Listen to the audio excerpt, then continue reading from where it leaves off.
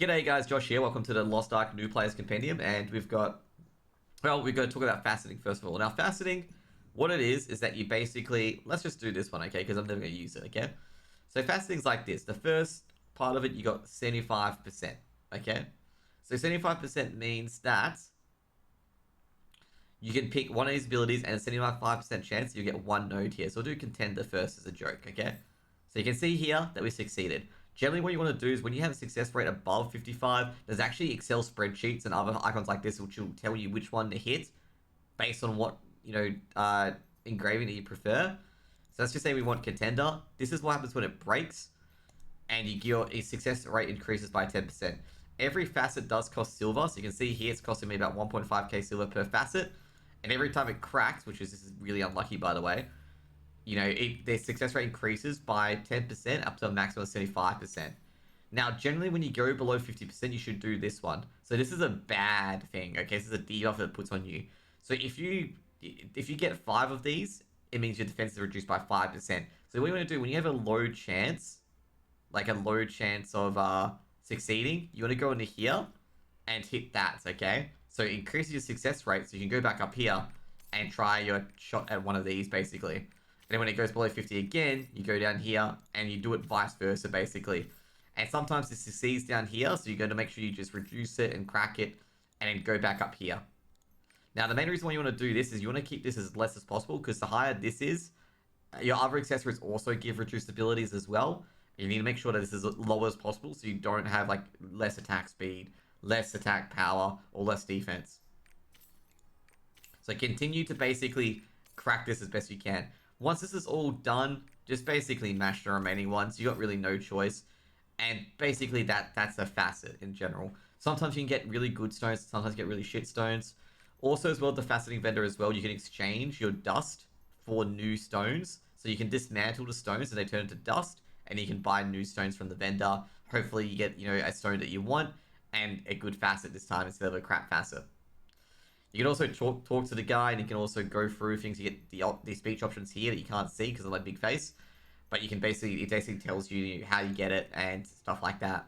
You can also get these from Chaos Dungeons and also Pato as well. Gives you a chance via Pirate Coins to buy stones weekly basis. Now let's get up to the Guardian Raids. So the Guardian Raids, you will get a guide quest in Rania Villiage from Anabel to go hunt the Guardians, okay? And I'm going to say right now, you want to follow that quest up to the various islands that tells you to go to. Like, it tells you to go to, I believe, Froggy Ridge at the start. And you want to begin your Guardian investigation chain. This is an incredibly long chain, a quest chain, but it's well worth it in the end because it will carry you from Tier 1 to Tier 3.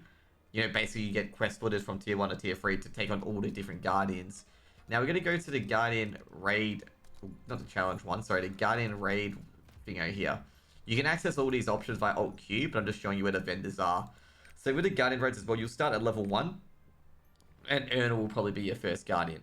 Now, for the quest chain, Lumerous will be your first Guardian. Ernal's just like a practice boss. He only has very few mechanics. You can also get ruins and other stuff from this guy as well. You can also get leap stones that are tradable, which you can sell in AH from Guardian Raids.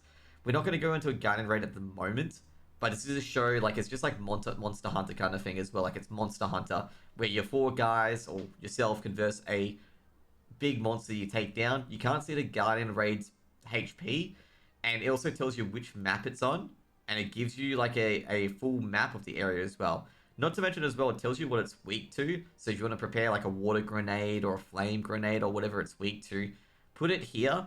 And what it also means as well, that's extra susceptible, means you do more damage to it with water equipment. You do 25% extra damage.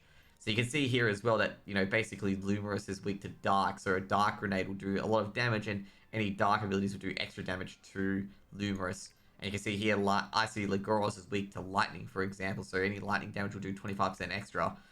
And all these bosses have their own unique little quirks, like stagger checks, which they may not, they may not have an orange bar for. Or they have destruction, where basically you see the word destruction if you use your weak point abilities, which means they have something to destroy. But overall, the first set of Guardians, probably Virtus is the hardest. Mainly because Virtus' abilities are really, really quickly, and he doesn't have much counter windows, and also he has a lot of HP. But overall, basically the first three guardians are pretty easy as per se. This guardian level introduces you to destruction, basically. And generally the last guardians, you can see here Mercedes, Hytalos, Alvarastic, and Velganos are generally the harder guardians. Like a lot, like basically they're basically a hard mode guardian. Like they're a lot harder than the previous three guardians. For example, in tier 3, a lot of people do Velganos once and go back to Yoho because Yoho is a very, very easy guardian compared to it. And same here as well. Like people only do Tytalos and a few other, and Achades and Albarestic once because it's very, very difficult and requires a lot of battle items and it's basically not worth it as per se. Now with Guardian Raids as well, you can't use your normal potions. You can only use your battle items. So it's very, very important to make sure you have your HP potion. Now you need to use a flare as well. A flare will tell you where the Guardian is. You don't get the Guardian put on your map. You have to find it yourself, just like Monster Hunter. And you have to throw a flare to where the Guardian goes. And basically with flares as well, you may have to throw a flare multiple times. Like not in a row, obviously, but during the fight. Because the Guardian can move to a different area during the fight as well.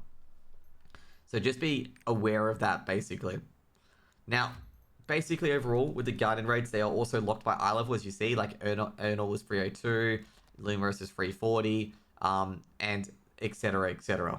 Now we're going to go to Rania Village. You will get this quest during your time when you're doing a storyline in Northern.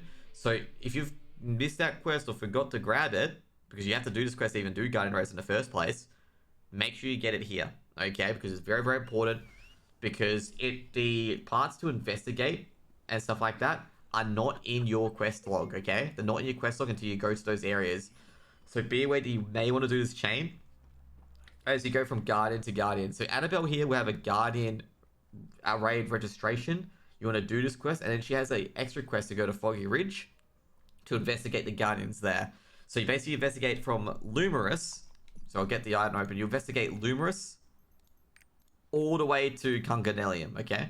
So basically, as you go up, you want to do this. You want to do this Guardian raid quest more and more, and then do the Guardian. Complete the quest, go to the next area, get the Guardian, do the next quest and stuff like that. This will take you multiple days to do, okay? Like multiple days, like weeks and months even as well, because, you know, you've got to raise your eye level as well. Now, overall, I'm going to say right now, just like a Chaos Dungeon, you can only do Guardian Raids 2 times a day. So you can see here that I've already captured my souls, which are both Contranelium, and it resets, obviously, every single day. And that's, you know, that's basically a Guardian Raid and Faceting in a nutshell. And I hope you guys enjoyed it. Now we're going to talk about, well, I guess we've already split up Tier 1, but we're almost at the end of the Tier 1 series. Okay, so next up we're going to talk about like islands and what you want to look at to get Tier 1 materials, because you can generate Tier 1 materials from Chaos Dungeons and Guardian Raids, but there are actually specific islands that give you Tier 1 materials, and we'll discuss that a bit later. See you guys later. Peace out. Bye.